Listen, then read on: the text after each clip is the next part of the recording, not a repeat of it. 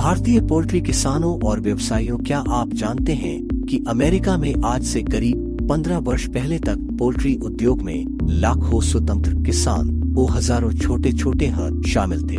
लेकिन पिछले एक दशक से 90% से अधिक अमेरिकन संपूर्ण पोल्ट्री व्यवसाय चैनल चूजे से लेकर खाने की प्लेट तक 4 बड़े कॉरपोरेट घरानों के अधीन है। इस मोनोपोली से अमेरिका की जनता को मुंह मांगे दामों पर मीट उत्पाद उपलब्ध हो रहे हैं और इस मोनोपोली को तोड़ने के लिए निवर्तमान राष्ट्रपति श्री बराक ओबामा से लेकर वर्तमान राष्ट्रपति श्री बिडेन तक प्रयासरत है। भारत का पोल्ट्री उद्योग भी अमेरिकन तर्ज पर निकल पड़ा है। उद्योग के बड़े घराने नंबर गेम व वर्चस्ववादी लालसा के चलते स्वतंत्र फार्मिंग को कॉर्पोरेट फार्मिंग में तब्दील करने में कामयाब हो रहे हैं। वो यह समझते हैं कि किसान वर्ग अपने गांव में उग रहे पेड़ों से पैसा तोड़कर पोल्ट्री फार्म इंफ्रास्ट्रक्चर, फीड, चूजा, दवाई के अलावा अन्य 10-12 तरह का खर्च तथा फार्म उपयोग में आने वाला रकबा खड़ा करते हैं। इसीलिए किसानों की इन्वेस्टमेंट की जीरो वैल्यू समझी जाती है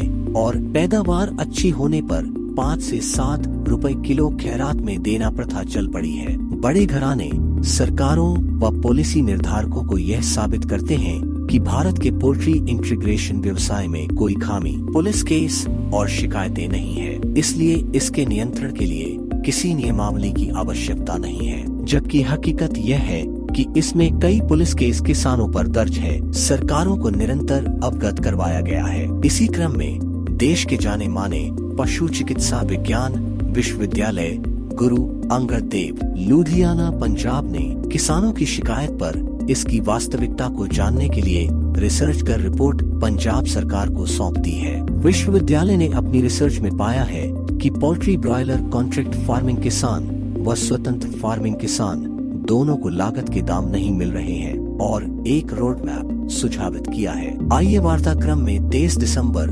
2021 को पोल्ट्री फेडरेशन ऑफ इंडिया की वार्षिक जनरल बॉडी मीटिंग में माननीय केंद्रीय पशुपालन मंत्री श्री पुरुषोत्तम रुपाला के सम्मुख पोल्ट्री उद्योग की जानी मानी शख्सियतों के विचार सुनते हैं। आज ये प्लेटफॉर्म मंत्री जी को अपनी पोल्ट्री इंडस्ट्री के बारे में कुछ बताने का है, समझाने का है, ताकि वो हमारी इंडस्ट्री से भले भांति परिचित हो जाए। मैं आज मंत्री जी ने टाइम दिया तो मैं सोचता हूँ कि सार्वजनिक मंच में मंत्री जी मैं आपको पोल्ट्री के बारे में कुछ डिस्कस करूँ। हमारी पोल्ट्री इंटीग्रेशन लगभग आज पोल्ट्री और फीड प्लांट मिला के 2 लाख करोड़ रुपए की इंडस्ट्री है। इसमें 11 लाख फार्मर हमारे पास जुड़े हुए हैं और इसमें इसको काम करने के लिए 3 लाख इंडिया लेवल की इंटीग्रेशन कंपनी है, 10 से 15 मल्टी स्टेट की कंपनी है और 200 प्लस स्टेट लेवल की कंपनी है जो इस पूरे ऑपरेशन को चलाती है और छोटे छोटे गांव में जाके किसानों के साथ जोड़ के अपने पोल्ट्री फार्म का इंटीग्रेशन का संचालन करती है। अब इसमें इंटीग्रेशन में हम किसानों के साथ क्या करते हैं, उनका पोल्ट्री फार्म होता है, वो अपने फार्म खोलते हैं, हमारे टेक्निकल आदमी जाते हैं, उनको पूरी सहूलियतें देते हैं, ट्रेनिंग देते हैं और इस तरीके से वो जाके करते हैं और हम उनको उनका इन्वेस्टमेंट जीरो रहता है और हम पूरा चिक्स फीड मार्केटिंग सब हमारे द्वारा किया जाता है। एक हमने और इसमें कभी भी हम अपने फार्मर को किसानों को बंधुआ बना के नहीं रखते कि आप हमारे साथ ही काम करोगे या हम को ही पढ़ कर, जब उसकी मर्जी होती है वो एक इंटीग्रेशन कंपनी को छोड़ के दूसरी में जा सकता है, उसके ऊपर कोई जुर्माना फाइन ज्यादती नहीं होती। आज तक पूरे इंडिया में इंटीग्रेशन खिलाफ के अगेंस्ट में एक भी पुलिस कंप्लेंट या सरकार के पास कंप्लेंट नहीं है। हमारी इंडस्ट्री का जो है प्रॉफिटेबिलिटी जो है ऊपर नीचे रहता है। ये पहले जो था एक क्वार्टर जो अच्छा जाता था, दूसरा क्वार्टर खराब जाता था, फिर 6 महीने अच्छे जाते गए, दूसरा क्वार्टर 6 महीने खराब हो गए, फिर 1 साल खराब 1 साल अच्छा, अब 2-3 साल में 1 साल अच्छा आता है, बाकी सब टाइम हम आपके दरवाजे पे खड़े होते हैं, ये मंगवा दीजिए, ये करवा दीजिए, ये करवा दीजिए। ये जो है ये कोविड और बर्ड फ्लू का नहीं है, ये एक्चुअली ये हमारा जो है ये चार्ट जो है ना जी, ये हमारी ग्रीड दिखाता है। ये सब लोग यहाँ पे बड़े नाराज होंगे मेरे से, तुमने ऐसी क्यों बात करी। इस देश में सोया कितना होगा इंडस्ट्री को पता नहीं होता, इस देश में मक्का कितना होगा इंडस्ट्री को पता नहीं होता, इस देश में कंजम्पशन होगा वो हमें पता नहीं होता। सब जो है एक दूसरे को हराने के लिए ओवर प्रोडक्शन करते हैं। मेरे ख्याल से अपने 20 साल से मैं पोल्ट्री से जुड़ा हूँ, इससे खराब दिसंबर का महीना कभी नहीं गया हो। अभी कौन सा बर्ड फ्लू और अभी कौन सा कोविड है, it is just over production. It is mad race to become number 1, number 2 and number 3। और फिर जो है जब when ends don't meet we look at other opportunities, interest कम करो, बैंक का लोन ज़्यादा करो।